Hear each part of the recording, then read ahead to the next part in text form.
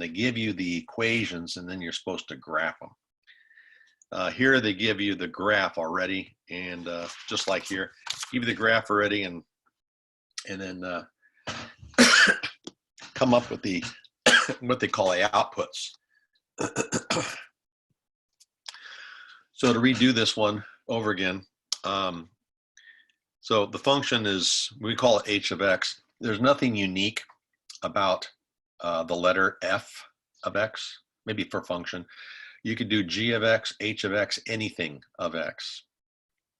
You could even do, say, capital H of variable a, and all that means is you're going to have an equation with a variable a, like 3a squared plus a. So there's nothing unique about the variables at all. Okay, so for this one, I'm going to find 0. I'm going to go up to where the line, in this case 2 lines, is, put my pen right there, and they're asking for the y value. What's the y value? And that looks like it's the number 2. H sub 1, same thing. Go, don't stop there. Stop there. Okay, that's also 2. H sub 3. I think the other page we estimated or guessed that maybe it was 3. H of negative 2. Oh, that's 2 again. H of 6.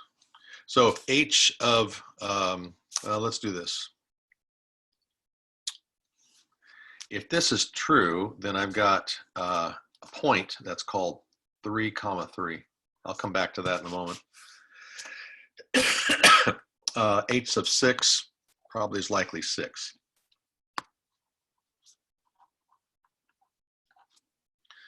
So if you worked backwards and created the equations of the piecewise defined function, then recognize you got 2 equations you have to come up with. So the horizontal line is probably the easiest out of all of them. That would be y equals 2, or h of x equals 2. Remember, y is a fancy, or h of x is a fancy way of saying the letter y. So you go like h of x. Okay, there's 2 pieces. So the first piece is the number 2, and the restrictions are going to be R-E-S-T-R-I-C, restrict. Are going to usually sit right after that. Some books will write the word if. Some books will put like a semicolon or a comma or some notation. I'll put the word if in there. And if I look where it goes or starts and stops, it's like a pointing to negative infinity. And it looks like it stops right at 1. So that's going to be, in this case, if this is inequalities, we typically use inequalities here and not interval notation. That's typical. Jeff, could we use interval notation? I'm personally okay with that. I'm personally okay if you go like negative infinity all the way to 2. It's just not shown or demonstrated. It's usually the inequalities. Now the other one is you have to create the equation line. Now you might say that the y-intercept is 0. I mean, if I'm basing it on the pattern, like the slope is 1. How do I know that? Well, let's see, up 3, right 3. The slope is 1. So I might make that assumption that it comes down here. The only way that I could confirm it is if I use 1, 1 and 3, 3 and found out that m equals, again, 1, and then I used what's called point slope form of the line. I don't know if I wrote this out for your class or said this, but there's actually 5 equations of lines. Tell me if I'm repeating myself, you guys. Okay, so there's standard, That would be ax plus by. Did I do this for you guys? Anybody here? Does anybody? Nope, shaking their heads. Okay, the standard form.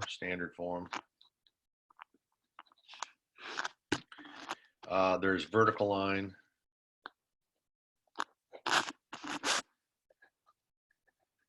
That would be x equals, let's say, some number. So a vertical line would be up and down. That's not even a function, but it's still a line. Anybody remember what the slope of a vertical line is? You can just unmute your microphone and you remember the slope of a vertical line.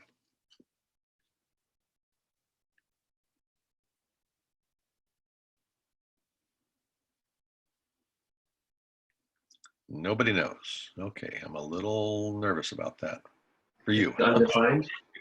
Thank you for chiming in. Yes, you are absolutely right. That's the phrase we use, is undefined. We usually don't say infinity. Slope is how steep. It's how steep it is. That's kind of steep, but the steepness is defined by rise over run. You guys remember that. You're just not saying, you know, count up 3, right 3. That's 3 over 3. But when it's, you know, a vertical line, its slope is undefined.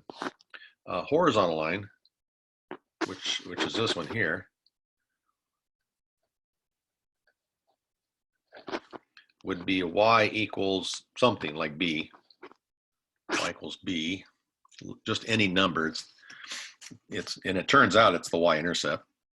Slope of a horizontal line is 0, so the slope of this is 0. Let's see. Then you've got y equals mx plus b. That's the famous one that everybody usually memorizes.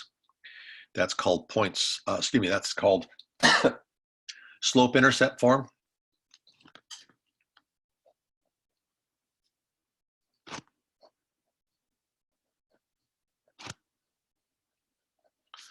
And then finally, point slope is the other one. So you'd have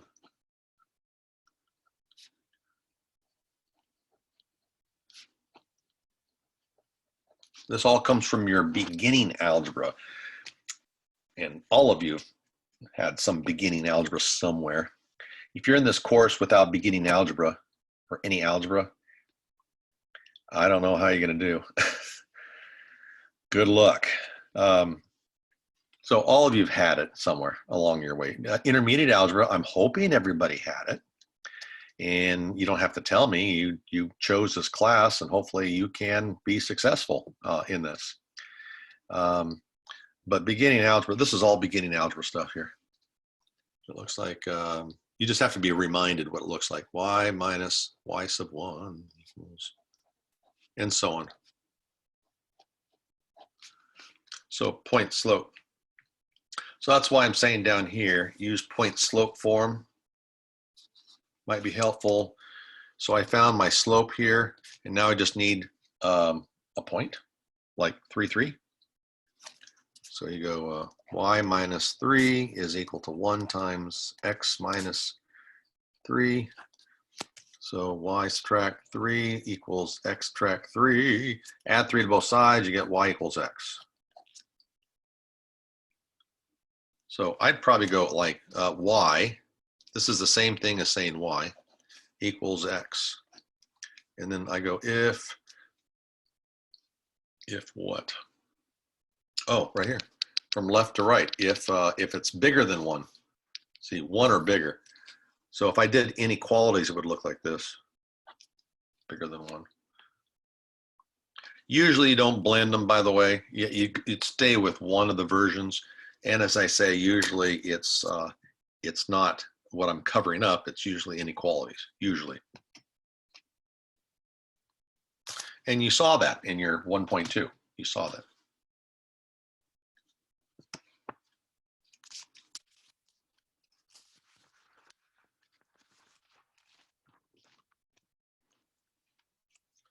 Okay, another example of piecewise defined functions, 1, 2, 3 pieces. That would be a hard one to figure out. That one's pretty easy, and that one's not too bad. That one's a hard one. Okay, what if I gave you the pieces like right here? And then I said, find, what is it, f of x? Let's say this is f of x, all of that. Find f of 3. Well, you're going to have to figure out where your markers are to begin with, to me. Find f of 3. Well, it's going to be over here, but am I going to use that one or that one?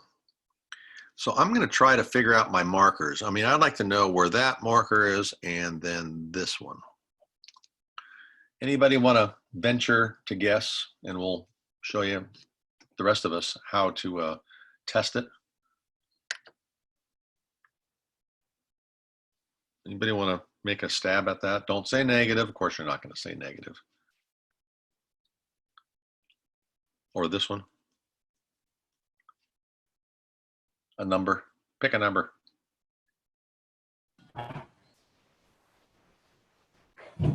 3.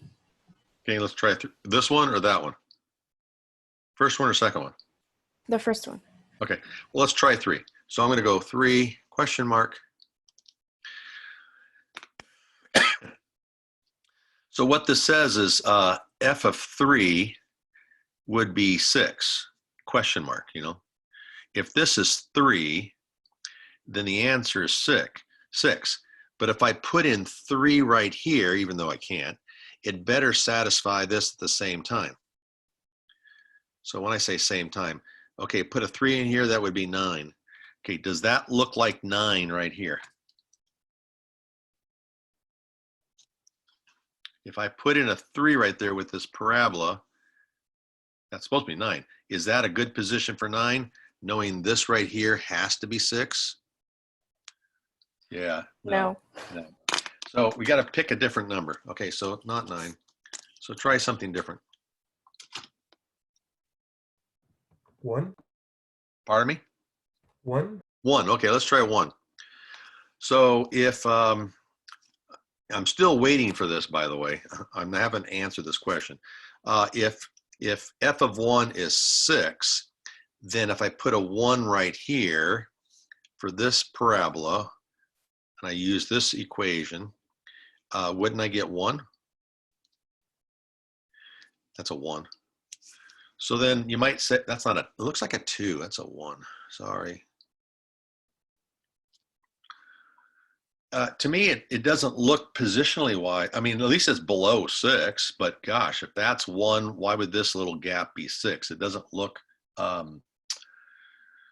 evenly spaced. I don't think it's 1. I'm going to try 2. Let's see what I get. Come on. Hate this brand. Okay, 2. Okay, if I put a 2 in here, I'm supposed to get 6, but if I put a 2 right here, what do I get? Okay, 2, I get 4. 2 squared is 4. That seems a little more reasonable. So if you look at this, gosh, if that's 4, then that would be 2. That means if this is, this is 1. So this ought to be 2 in terms of spacing. So if this is 1 right here, do you see how this will be 1 right there? To me, it looks like it's right. So I'm going to go with 2. Looks right. All right, so that's 2. Now we have to come over here and say, if this is 2, if I stick it in here, I ought to get a number, even though I can't use it. I use this equation. If I go up here and put 2 in for this equation, don't I get 8? Well, that seems reasonable right here. That's 8. See, if I put a 2 in this one, 10 subtract 2 is 8. That seems reasonable. Okay, so now I just have to come up with, what do you think this one is? It's supposed to be 4, by the way. What do you think that marker has to be so that I end up right? Right, that's it. All right, so now I've got what I feel are the appropriate and correct values on the number line. And I get to go and say, what's f of 3? Do I use this one or that one? Do I use the curvy parabola or do I use the line? when x is 3? Do I use top one or bottom one? Top one or bottom one? Top. So if I do that, then we're going to go, which is true, and I'll go 10 subtract 3, which is equal to 7. F of 3 is 7. And then you just kind of continue from there, like f of 2. What's f of 2? See if you guys get that one. What's f of 2?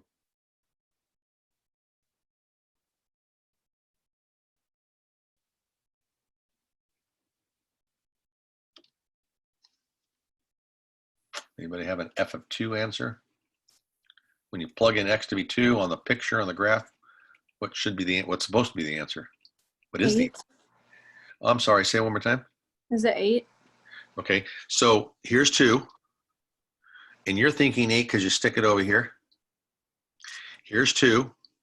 Okay, what I'm doing is going straight up to this. Now I can't stop there because that's an open circle. I have to stop there. That's the closed circle. You went all the way up here, but you can't use it there. Yeah, so the answer is 6 because you stopped right there. Okay, let's try f of -1. Okay, so where's -1? Oh, -1's over here, isn't it? So I'm going to use this equation for this parabola. I'm going to use it right here.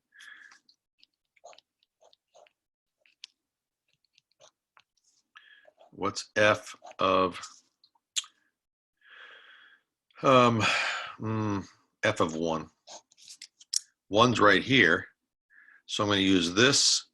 I'm right here. I'm going to use this equation, not the other one. So I'm going to go 1 squared and so on.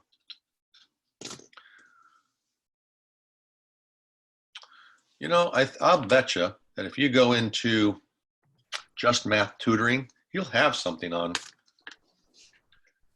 piecewise defined functions.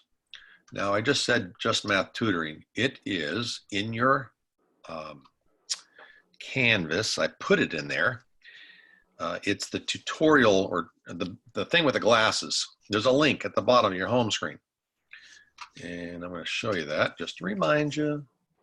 They're YouTube videos that he developed years ago when YouTube was sort of like new, and nobody was really doing it. He was the first. Oops, I got the wrong one in here. He's one of the first people that were doing YouTube videos that I'd found. And then Khan Academy came after him. Khan Academy is like the big monster in the sky. I don't necessarily like Khan Academy as much. That's me personally. And I have no monetary interest in Just Math Tutoring. So let's see which one I want to go. No. I'll do this one.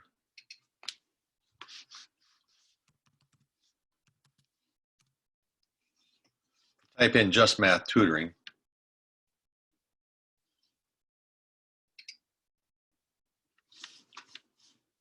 Bonnie, can you see what I'm doing?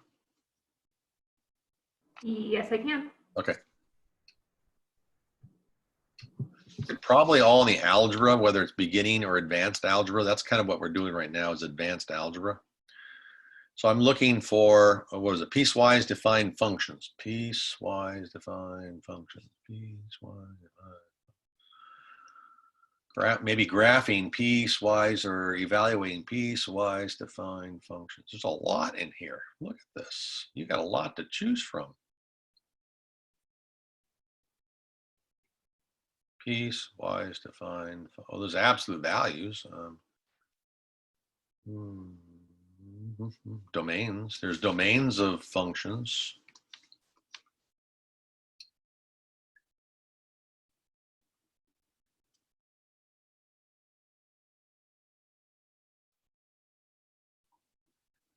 Asymptotes of functions. Okay, we're going to get to those eventually. Piecewise. Well, maybe he doesn't. Oh, here. Okay, now I don't know if that's, oh, here, right here. See, here's a couple of them. Graphing a piecewise defined function. All right, let's see what this one does. Click.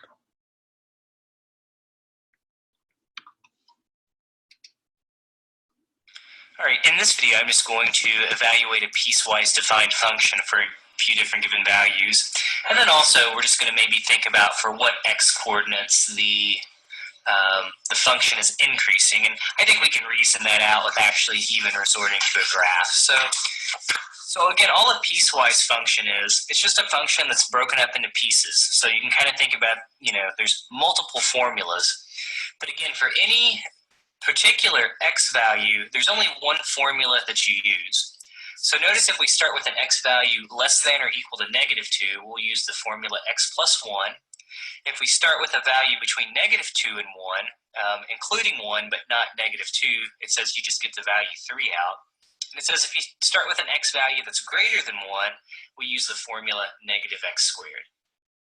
So if they want us, for example, to evaluate f of -4, again, I think, what interval of numbers, where does -4 belong to? Well, -4 is less than or equal to -2, so I would be using this first interval, which means I would be using the first formula. So it says everywhere there's an x, just plug in -4. Well, -4 plus 1 is -3, and that would be the value for f of -4. It would just be -3. I'm going to try a different one. Can you hear that, Bonnie? I mean, I have my speaker up. Okay. Yeah, the sound is definitely coming through.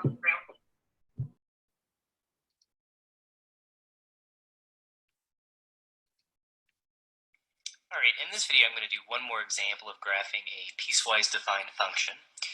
So here in this particular case, notice we've got a function that sort of has 3 parts. It looks like the line y equals -2 if x is less than or equal to -3. Looks like 4 minus x for x values in between -3 and 0, not including either. And it looks like the line y equals x if x is greater than or equal to 0.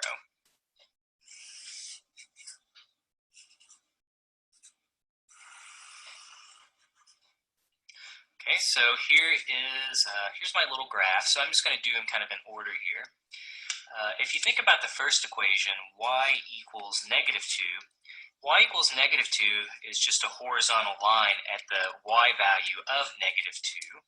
So let me drop down here, -1, -2 units.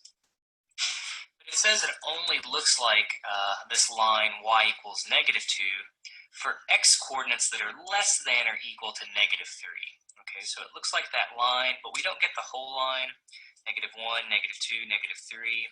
It says it only looks like that for x coordinates starting at -3, and then it says it has that shape forever and ever and ever for all x coordinates less than or equal to -3. So it says we're getting that segment of the line up to and including -3, but then it stops. Okay, I recognize the second equation, y equals 4 minus x. That's simply a line. We could actually rewrite this as -x plus 4. That's a line with a y-intercept of +4, so 1, 2, 3, 4, and a slope of -1, so I know it's pointing downwards. Let me give myself a little more room here. 5, 6, we'll say 7's up here. Again, what I do, I always just plug in the endpoints. So if I were to plug -3 into this, I would get 4 minus -3, or 4 plus 3, which would give me 7. But since it's not including -3, I'm going to put an open circle up there. Okay, if I plug in the value, if I plug in the other endpoint, 0, I would get 4 minus 0, which would give me 4. But again, since it doesn't include the value 0, I'm going to make an open circle there. So I'm kind of finding the endpoints. And again, since this is a line, and it does look like the line for all x coordinates in between, I can just connect the dots with a straight line.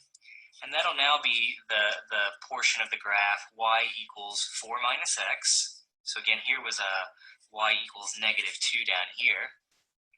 And last but not least, if we graph the last little segment, y equals x, and I just plug in the value. If I plug 0 in, well, I get 0 out. So that means 0, 0 is on the graph. And y equals x is just our kind of line that goes through the origin, kind of makes a 5-degree angle.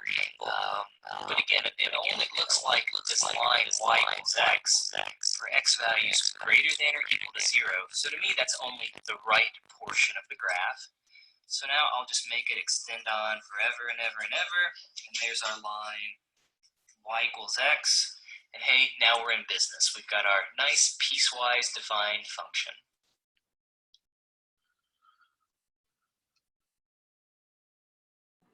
It's an idea. It's up to you. Jeff, I have a question. Yeah. Sorry, there's an echo now. Would we be able to go back and look at the piecewise defined function that we did before we move on to the next one? Yes.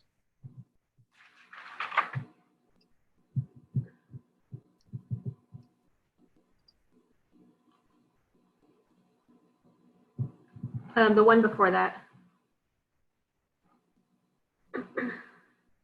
The other page.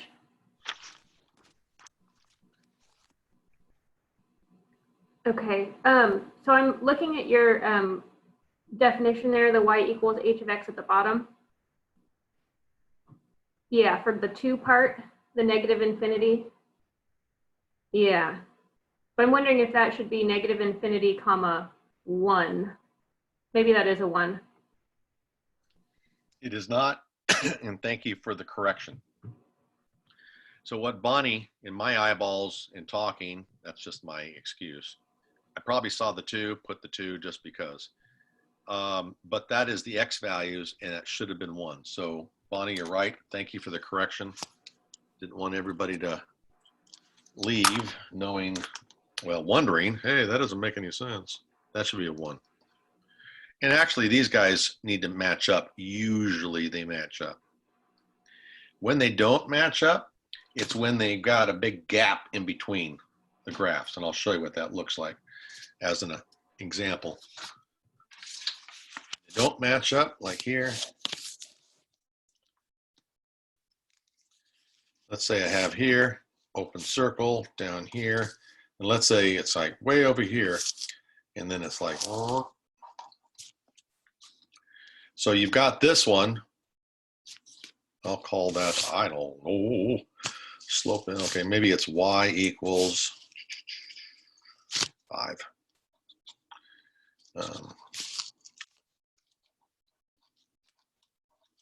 I'm just guessing something right here. I'm just giving you an idea. And this is a parabola. All right, let's say it's y equals vertex x minus 1 squared plus 5. Okay, so if these were the equation, if they were, then you'd have h sub x, and let's say this one here, whatever it is, it's, again, this is not exactly and not to scale. So let's say this is -2 and this is +1 as an example. And then you'd have your first equation, maybe even call it A, your first equation A, and you'd say if x is less than 2, you know, not -2, my mistake. X is less than -2, and this, call this maybe B.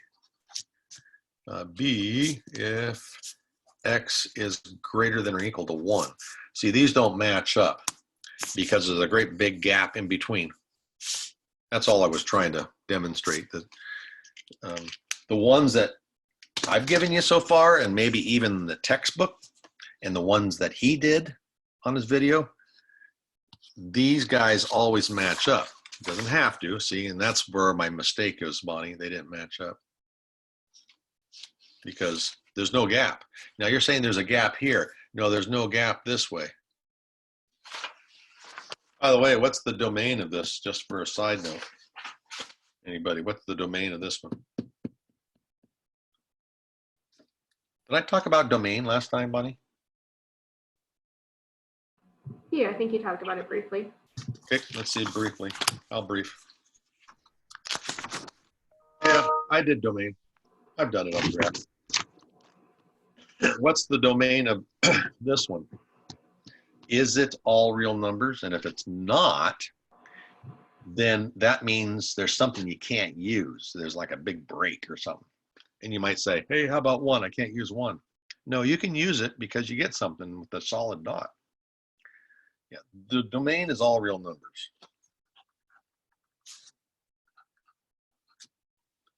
Okay, now, what about the range? Anybody want to take a stab at the range?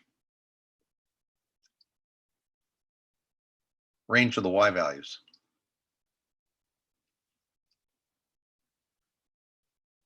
Okay, a little hint. Range is, go ahead. Parentheses 1 to infinity. Yeah, now, good. And you said parentheses, and I'm glad you said that, Farbod. So, because you can't use it, but you're as low as 1. So good job. You're going to go parentheses 1 to infinity. I agree. Yeah, good job.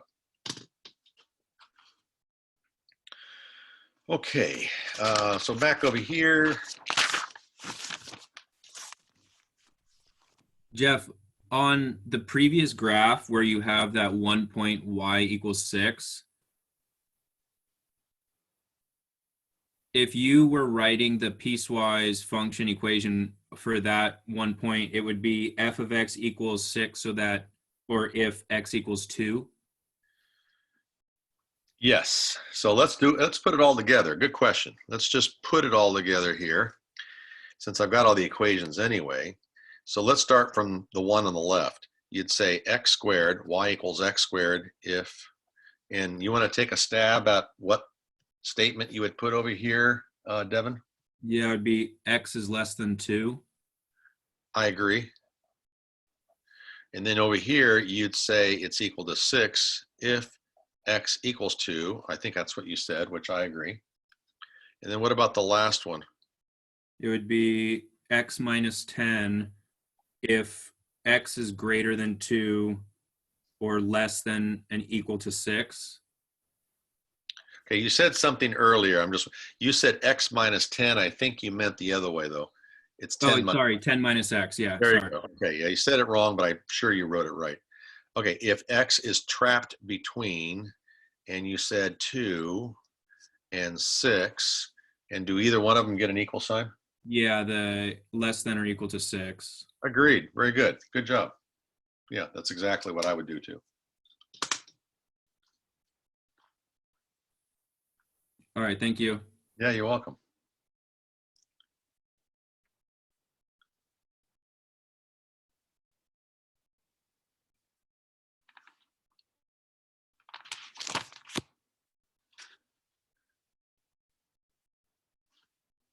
So this one here, a bunch of lines, there's 4 of them. So what I'm going to do is I'm going to create the equations of the lines. I use this picture a lot throughout the course, at least throughout the next couple sections, this image. Anyway, we're going to try to come up with the equations of the lines with their restrictions.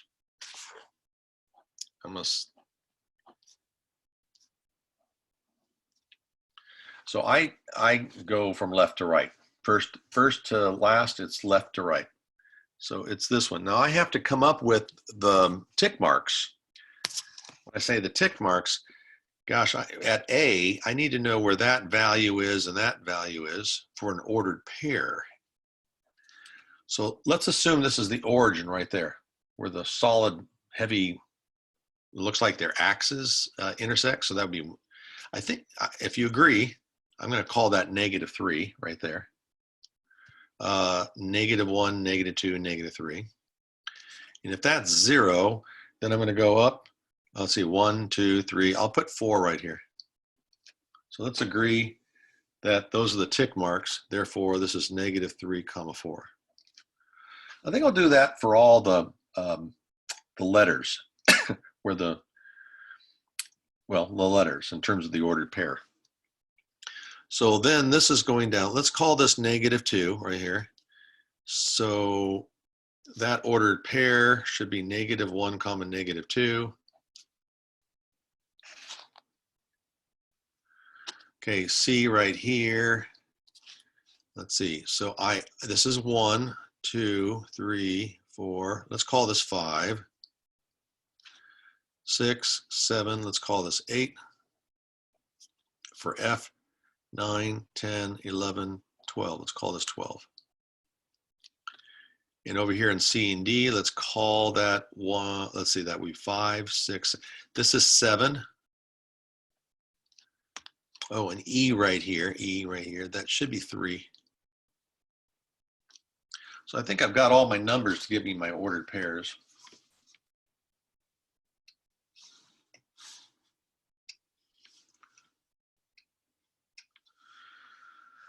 Okay, so this one here, that would be 5, 7.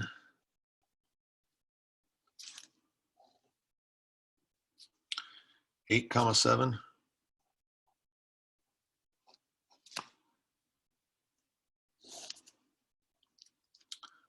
E would be 8, 3.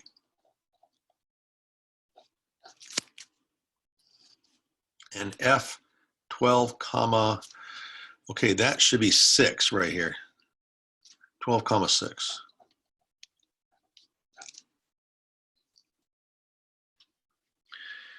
And I'll probably want to either use y equals mx plus b, or y equals b, because that's the horizontal line. That's this piece right here. That'll be the easy one. Or y minus y sub 1 equals the point slope formula.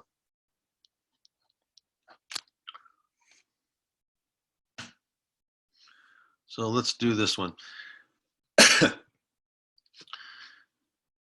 Now, if I look at this, I need a slope. Okay, slope. I'm just going to count. I'm not even going to use the slope formula, which is the difference of the y's over the difference of the x's that you remember. Like y sub 2 minus y sub 1, x sub 2 minus x. I'm just going to count. To go from A to B, I'm going down 1. By the way, when I go down, that's negative. And I do the y's first because it's slope m equals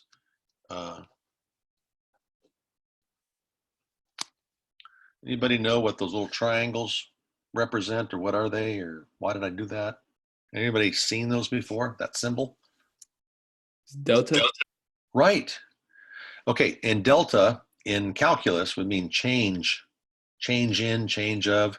So the change in y's over the change in x. Yeah, delta, Greek letter of the alphabet. Okay, so I do the y's first. So I go down 1, 2, 3, 4, 5, 6. So I'm going down 6 and to the right, going, that's positive, going right 1, 2. So I hear myself saying, I'm going down 6, right 2, so negative 3. I see, if I was going to use either one of these, the slope is negative 3. That's what I see. Now, if I use this one, I have to know the y-intercept. So let's see if I use the slope. Let's see, down 6, right 2. Well, I'm going to be off my picture. I get to the same line if I went down 3, right 1.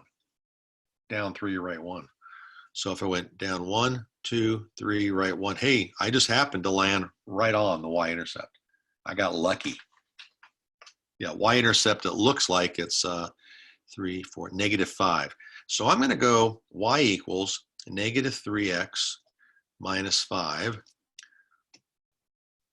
Way I can test this, by the way, to make sure this works, is if I put in negative 3, do I get back here at 4? If I put in negative 3, do I get 4? Because that's what A is saying. If I put in negative 3, I get 4. See, negative 3 times negative 3 is 9. Yeah, subtract 5 is 4. Hey, that worked. And then we go if, and now I have to put my restrictions. Now, it's not going forever this way, so it's trapped between two numbers. And these are the x values, so it's trapped between negative 3 and negative 1 right here. Negative 3, negative 1. So negative 3 is smaller, negative 1 is bigger. Because that has a solid, I think I'll put a solid like that, equal, and then this was open, so I'll leave that open.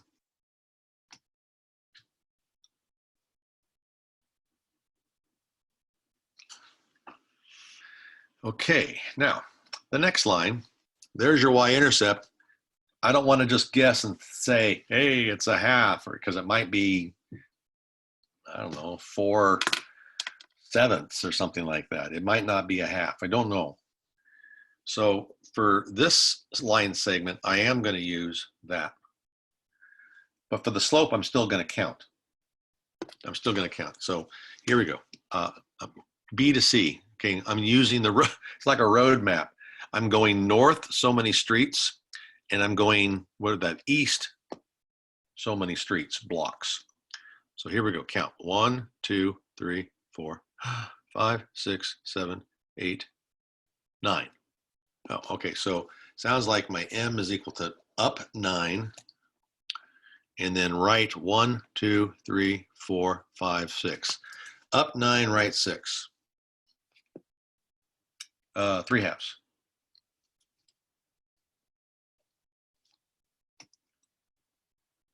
So if I use this right here, then I need to go over and say, okay, I got y minus.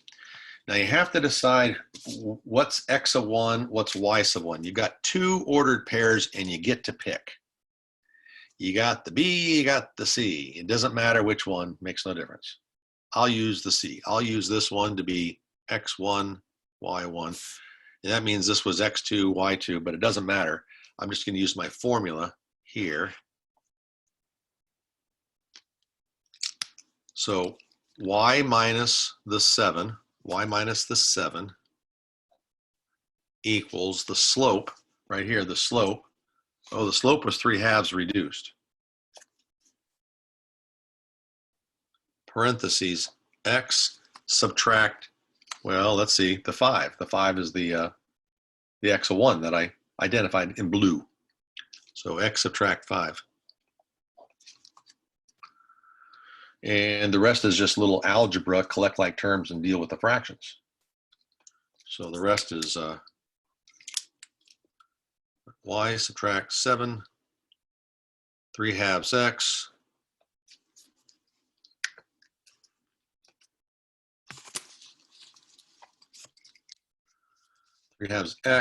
okay, and then distribute over here. Multiplying fractions, you multiply straight across, so that's negative 15 halves. Okay, I'll move the 7 over, so you get y equals 3 halves x, subtract 15 halves, and then I'm adding 7. Now I'm going to get a common denominator.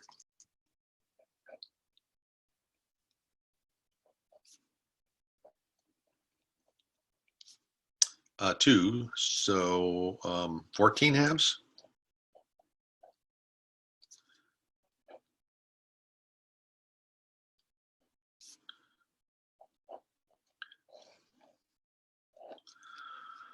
Oh, so it is negative 1/2. I just found that out. I just calculated. So it is negative 1/2. So there's the next piece of my piecewise defined function down here. You'd have 3 halves, x subtract 1/2, if.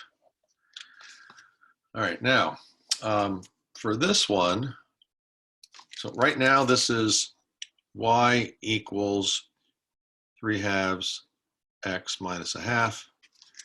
This one here would be y equals minus 3x subtract 5. So this is trapped between B and C. So that's negative 1 and 5. Negative 1 to 5. Negative 1 to 5. Negative 1. Oh, see how these match up right here? Negative 1, because there's no gap left and right. There's a gap up and down, but there's no gap left and right. So negative 1 and 5, x. Okay, now comes the question. Any of them get an equal sign? Both of them get the equal sign? What do you think? None of them get the equal sign? They both do. Okay, so I definitely agree with that one. Here's the reason why I disagree with the both. If you put an equal, then you've got a conflict, because if I said, what's f of negative 1, you'd say, I don't know, which of these do I put it in? Even though that gives you the same value, this is not a function then. And the reason why it seems a little weird, you've got, remember, the function means it passes the vertical line test. So there's a dot for that one. And this one, it'll be the same place. So it's a blue on top of the red. There's two dots. It fails, it's kind of weird, but it fails the definition of a function. So the answer is you can't double dip. So one of these has to have no equal sign, one of them, and you get to choose, can't be both. Just because I put it on here first, I'm going to take it off that one. Hopefully that made sense to you guys. In like manner right here, you see how C is connected to both of these with a solid line.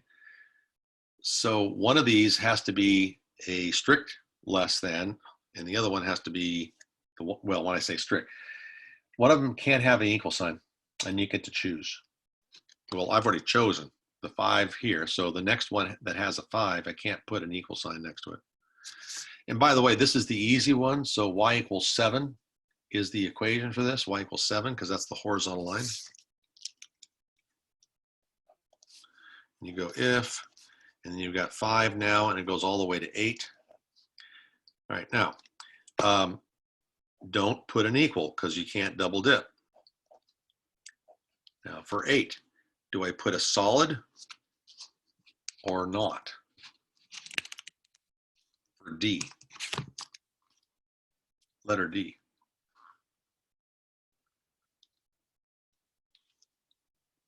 Well, it's a solid. I got to put an equal, have to put an equal right there. This one won't have an equal at E, but D had to have an equal. Okay, finally, this one here, I'll have to use the slope-intercept form again. I'm going to count 1, 2, 3, up 3 and right 1, 2, 3, 4. So up 3, right 4, 3/4. So I'm going to go up here and say my M equals 3/4. And I get to choose which one is the X1, Y1. I don't know this one because the numbers are smaller, so I might as well go ahead and X1, Y1. That's the only reason why I chose it that way. And what equation am I using again? I'm back to this.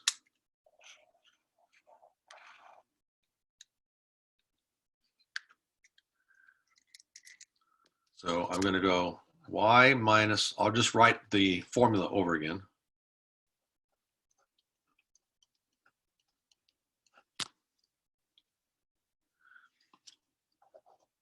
Okay, now I've just said y1 is 3. So y subtract 3 equals, and 3/4 is the slope, and you go x subtract, and it looks like it was 8. And now I do the same thing as I did over here, a little bit of algebra. That means I got to distribute, deal with the fractions.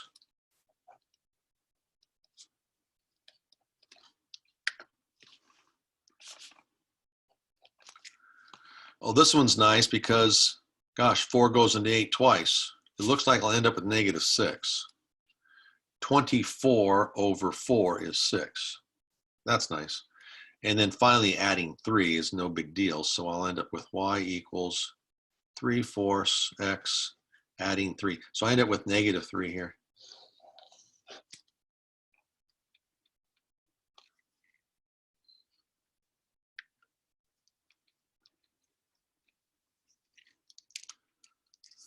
So this right here has to go all the way down there.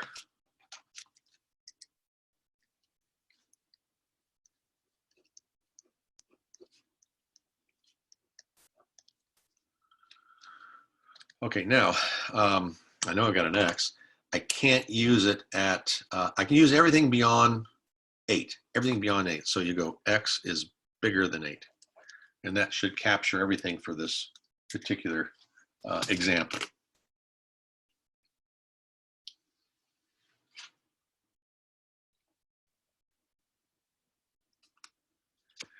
So that's a lot of work. Gosh, are you going to get this one on a little baby daily quiz? No. Are you going to get something where this whole thing is going to be on an exam? No, multiple choice. Gosh, what could I ask you on this for a multiple choice? A lot of questions. So if I gave you this image on your exam, a lot of questions.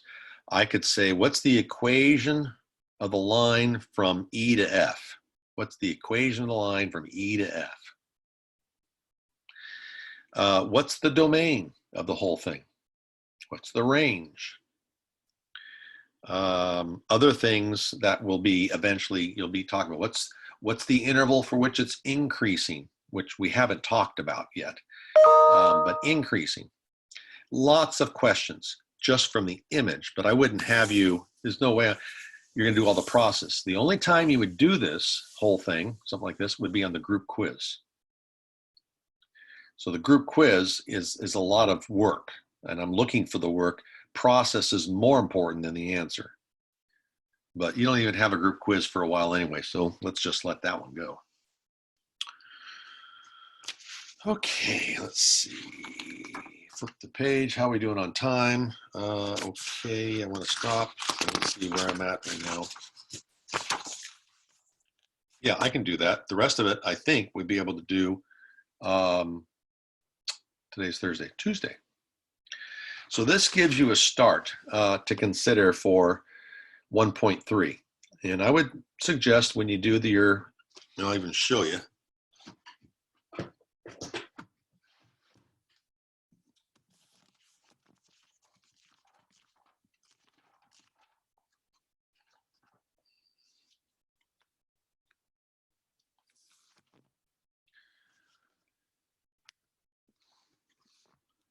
Now, the first thing I have not talked about increasing, decreasing, constant.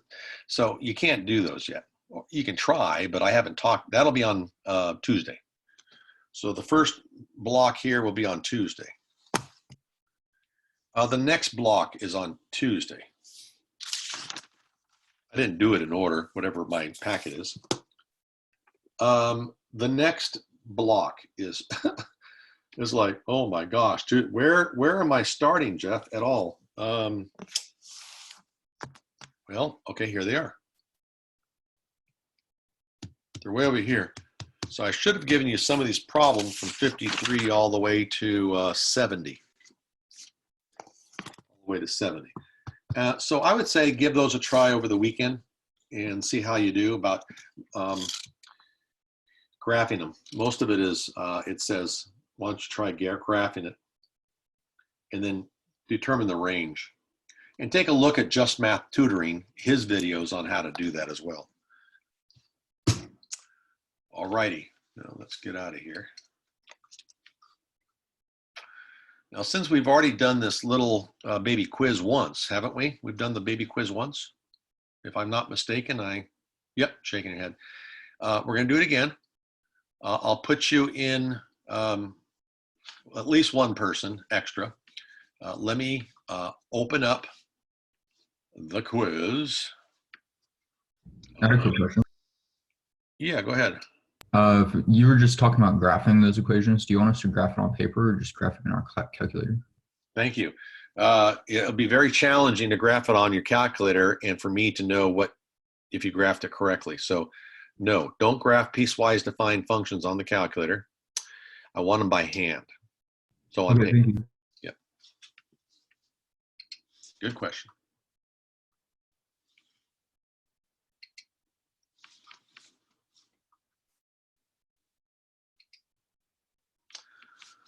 So I just published what I just did. I just published it.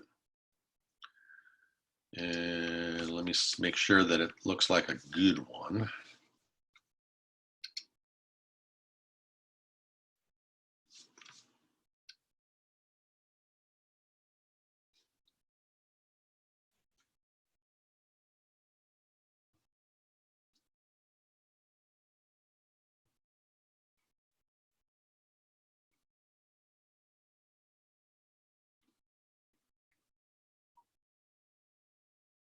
Yeah, I see that one. Yeah, it's a good one. You ought to look at when you open it. I think it's problem number 6, it says it must be spelled correctly to get credit on this one. Okay, so watch your spelling.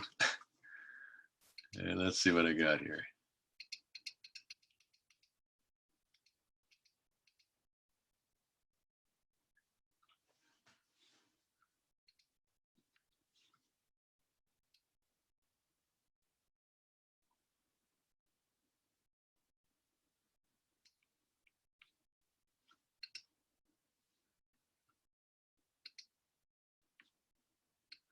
Okay, everybody's got one of the person in there. One group has 3.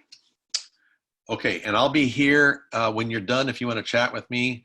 Otherwise, head on over to Bonnie's session and she'll continue where any questions you might have. Otherwise, I have a great weekend and see you next week. So here we go.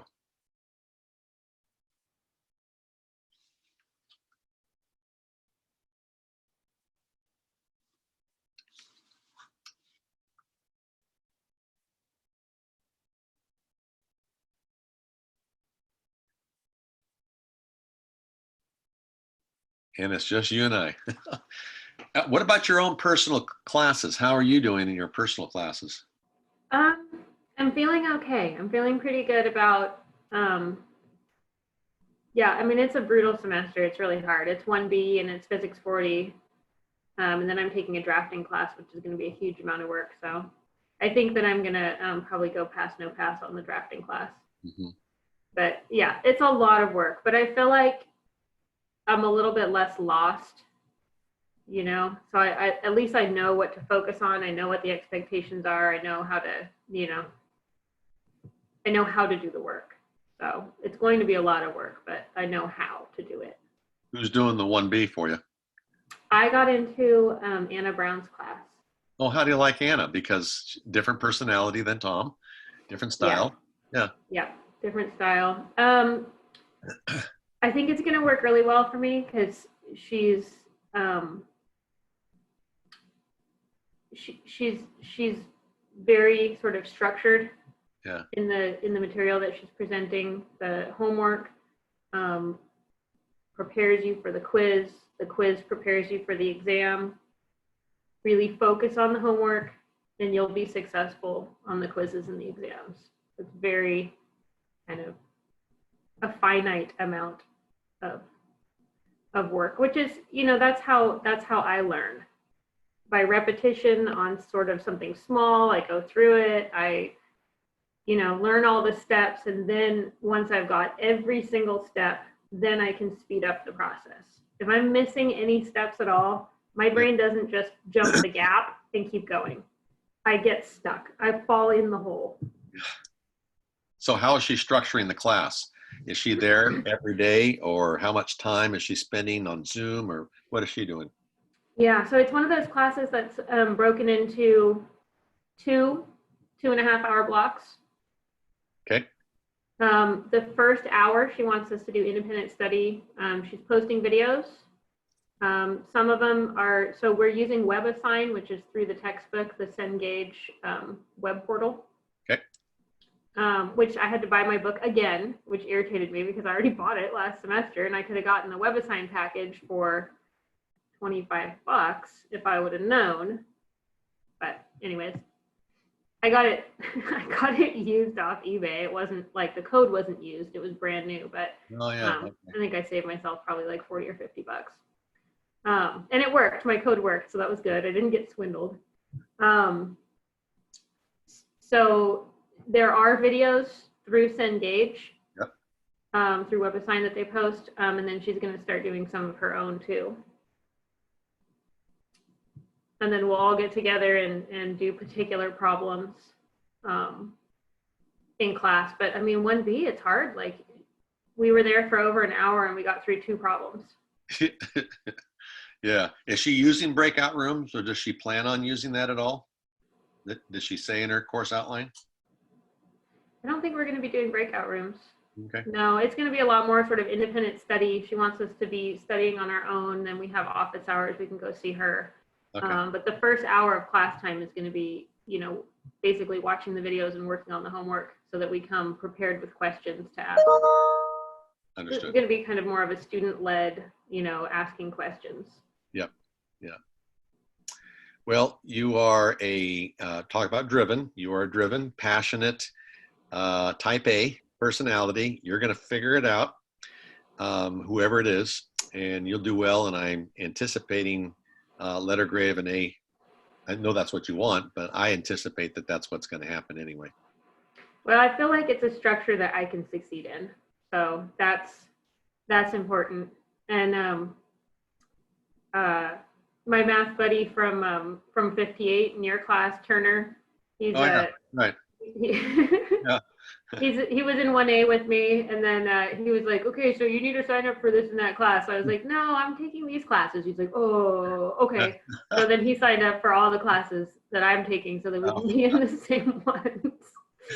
So he's in the math class with me. He's your shadow. Yeah. Yeah. So he's like, oh, we're helping each other out. We've got each other's back. I'm like, yeah. Yeah. Okay. Who's doing all the work? Are you doing all the work and he's following, or is he actually, he gets it pretty good for the 1A? What do you think? Did he get the 1A okay? Yeah, I mean, he got it pretty good, but I think that it's really what you said before, that the algebra tends to trip people up. The little algebra things, the exponents and those are the things that sort of hang you up in 1A. Just being a little bit rusty on the mechanics. Yeah. A negative sign here or there, those little things. Trig too. The trig. Yeah. Trip The people. trig. We find out. We're doing trig substitution right now in 1B, so that seems to be really hard. I'm going to be spending several hours on that this weekend.